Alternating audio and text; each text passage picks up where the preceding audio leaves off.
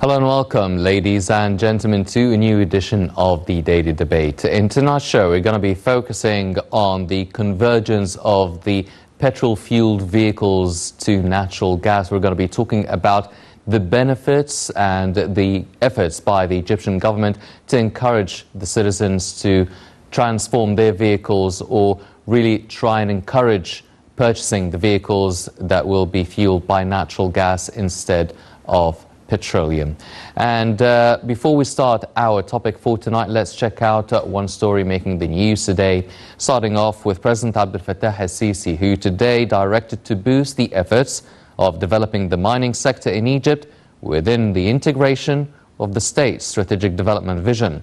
This came during the President's meeting with Prime Minister Mustafa Madbouli, Governor of the Central Bank Tariq Amir, Minister of Petroleum Tariq al-Mulla, Minister of Supplies and Inner Trade Ali Msalhi, Minister of Finance Mohammed Maid, the President's Advisor for Financial Affairs General Mohammed Amin, and Director of the National Service Projects Authority General Walid Abu al-Majd.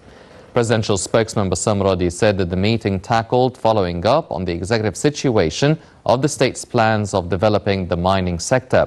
The spokesman added that the meeting tackled also the state's efforts in this field as well as the partnership with specialized foreign expertise in mining.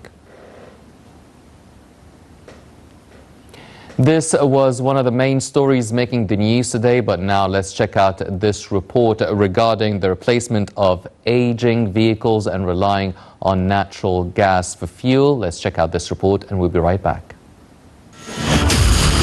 Egypt opens up to the world.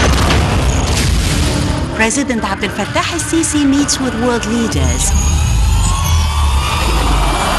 أعبر لكم عن خالص الشكر والتقدير على حفاوة الاستقبال وكرم الضيافة. Reaffirming Egypt's vision, delivering our voice abroad. لتطوير التعاون الثنائي الاقتصادي والعسكري إلى مستويات غير مسبوقة. Discussing regional and international developments.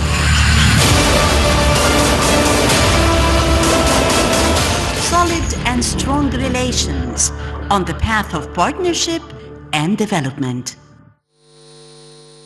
President Abdel Fattah al-Sisi has instructed Minister of Finance Mohammed Maid to facilitate procedures for converting all petrol-fueled cars to rely on natural gas. Minister of Finance Mohammed Maid has said that executive procedures have been commenced to extend the umbrella of the Vehicle Replacement Initiative to include aging vehicles and microbuses. The extension aims to maximize the benefits of the presidential initiative to replace aging vehicles with new ones powered by natural gas.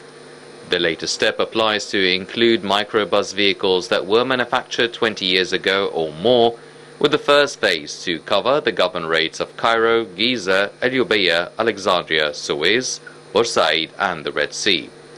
Maid said that the step comes as part of the state's efforts to shift to a green economy and rely more on clean energy. It also reflects Egypt's keenness to reduce the burdens on citizens and facilitate their ownership of new, economically and environmentally friendly vehicles. This is by providing unprecedented incentives and credit facilities instead of their aging vehicles that cost them a lot to operate and maintain.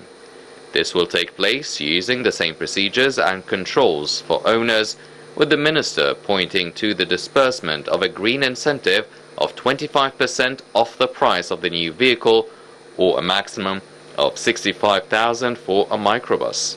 The prices of new vehicles offered through the presidential initiative are lower than the market price. They are also equipped with natural gas cylinders, as the initiative deals with companies producing vehicles in the local market only.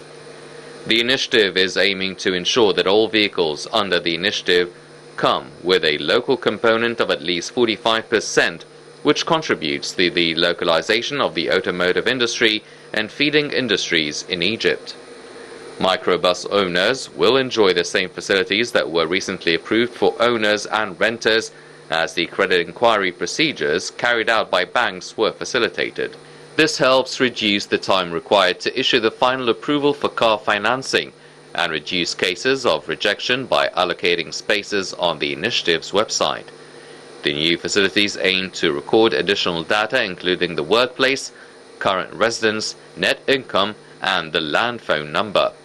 Maid said that some data on the old car was considered optional, such as the car model, to overcome the problems that some citizens were facing because their old car model was not registered on the car license. Welcome back, ladies and gentlemen, and joining us here tonight in the studio to shed more light on this file is Dr. Gamal Qalyoubi, the Professor of Petroleum and Energy Engineering and the economic expert. Dr. Qalyoubi, thank you very much for joining us. Thanks for the invitation for the program. Pleasure, sir. Dr. Qalyoubi, now we're a country that heavily depends on car transportation all over the country, and the news about trying to converge the petrol-fueled cars and vehicles to natural gas is of great importance to all Egyptians. Now, first off, what would be the benefits of switching from petroleum or petrol to natural gas as a fuel to operate the vehicles? Perfect. Let me just to explain to you that there is many factors and reasons which it's a trend of the country to deal with the natural gas. Due to what? Due to that we have a booming in the natural gas. I think that's our discoveries, and our production is coming to have very big numbers, put Egypt in a very significant stage for all producers countries globally. So first, that we have a booming on the natural gas due to that discoveries. Second, that's you know what, that's there is a weather agreement, and I think that's the whole tendency of all global countries. There is a commitment to the G20s summit. That's to believe in their capabilities and their obligations to go towards zero carbon emissions.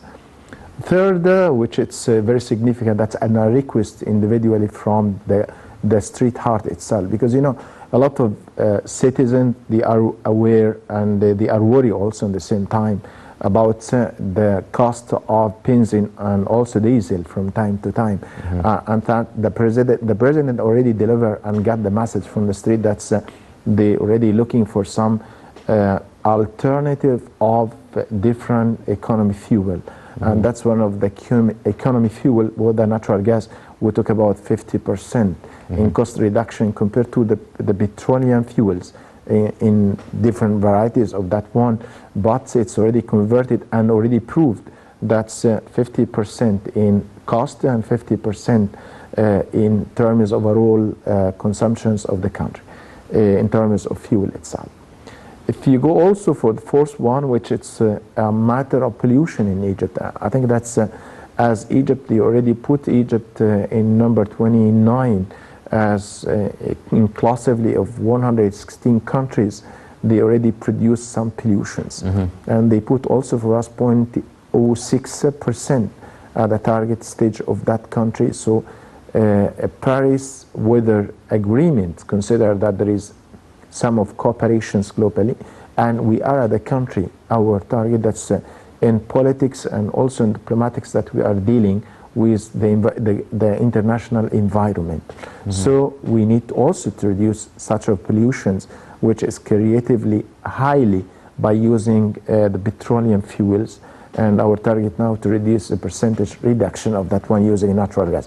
All these combined of reasons or factors is oriented for future, and the most significant one factor is you are going to reduce the importing of the petroleum fuel, which it's, you know, the bill monthly is come up to almost $1 billion of importing such petroleum fuel. So by saturation of the gas in the domestic market in Egypt allowed to us to reduce that bill of import such fuel, petroleum fuel, and just convert it to another alternative for the gas, natural gas, to replace a portion of benzene and also for diesel, in addition to the domestic fuel, which it's already, we have a big volume, we already import from abroad, and this has caused a hard coin over stress in our economy. So all that parameters is leading us as a presidential leader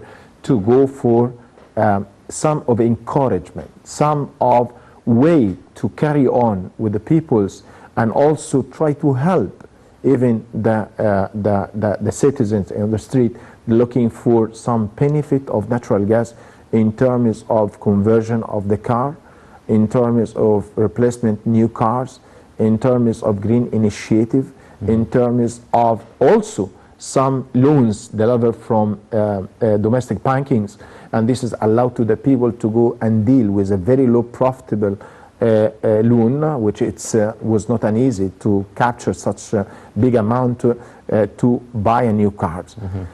Also, they put the infrastructure allowed to that parameters, because we are all the country to produce and local cars, individual manufacturing in the country, and for that reason we have some agreements with some international brands of cars allowed to us to use the benefit of dual acting engine, and this had been produced and manufacturing internally in Egypt, and this is allowed to spread a lot of cars to deal with a lot of people willing to replace their car, which their car is very coming old, and deliver a lot of intensive pollutions, and this is not accepted anymore, even by traffics or even by license, if we give it to these people in the future. Doctor, now it seems that maybe only a small number of taxis or cab drivers have actually switched to natural gas instead of benzene or petroleum fuel vehicles.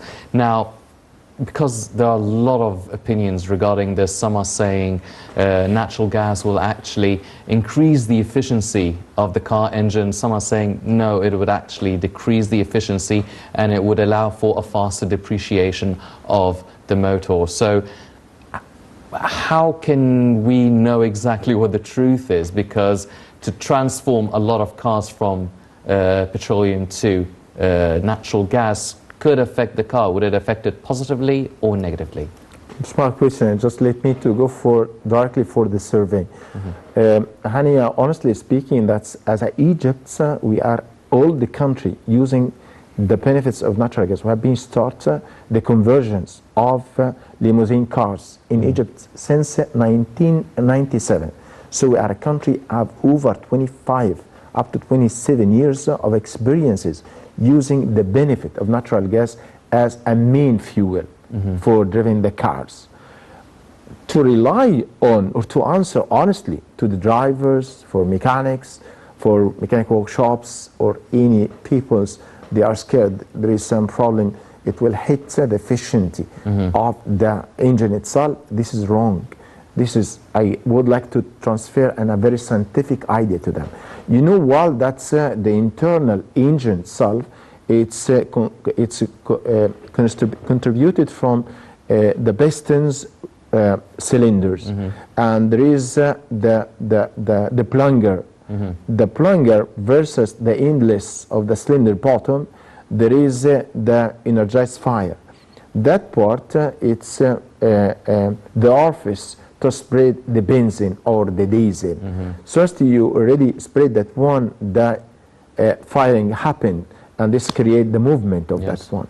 The problem is in the beginning of using natural gas that you know well that the internal surface of the cylinder room itself supposed to be coated by carbons. That carbon allowed to reduce the fraction which it's lead to create a heating. That heating is intensively hit the efficiency of the engine because it's created accumulations of heating, and this is create vapors, and indeed that's make a breakage inside the piston itself or the top part of the engine itself.